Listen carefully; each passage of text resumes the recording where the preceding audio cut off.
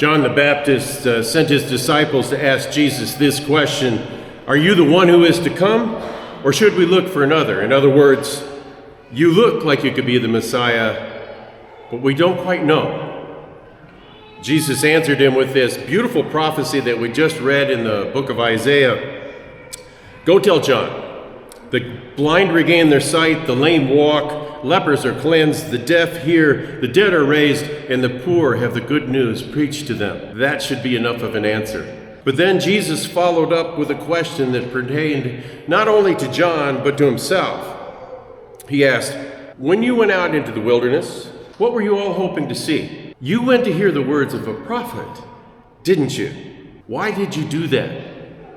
Well, why indeed? It's really not that hard to understand at all. We would all do the same thing. We would be intrigued by someone like John. Some of us would go out there just to be entertained. We might hope to actually witness a real miracle. Maybe we would want to be healed ourselves. But the real question that Jesus is leading all of them, us too, is what if you go out there and discover that John the Baptist is the real deal? Will you listen to him? And what if you become convinced that I am the fulfillment of this prophecy, indeed that I am the Messiah?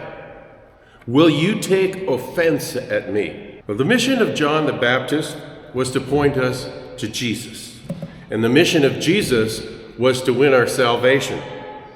Advent is a season of hope because the prize is heaven. And how we respond to Jesus is going to determine whether or not we achieve that prize.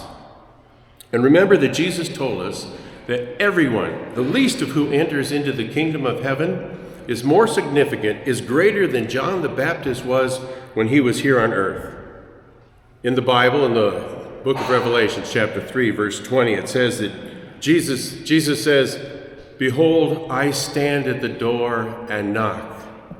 If you will open the door, whoever opens that door, I will come in with him and dine with him and he with me. So we hear the door knocking. Christmas is right around the corner. And if we were to peek out there, we'd look and we'd see Jesus.